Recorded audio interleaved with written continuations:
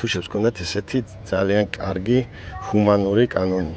რაც არ უნდა დანაშაული ქონოდა თუშს, სიკვდილი დასჯა არ არსებობდა. სამი სახეობით ამაყობენ: ცხენი, ძაღლი და ცხვრით. რა ძირითადი საუკუნეების მანძილზე ხალხური სელექციით გამოიყვანეს და დღეს უკვე გვაქვს საქართველოში ერთ-ერთი კარგი ჯიში ცხვრის, თუშური ჯიშის ცხვარი და როცა გამოდიხარ დიდთებს და შორიდან უყურებ რა გზა გამოიარებ.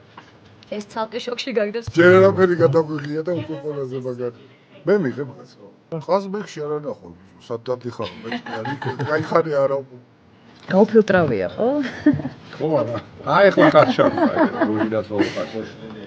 აი ლოკოკინას ქვია ჩვენთან ლიფოჩკინა. ლიფოჩკინა. რა საყვარელი ზაღადა. და კოს ქვია ბუკაკა. ბუკაკა.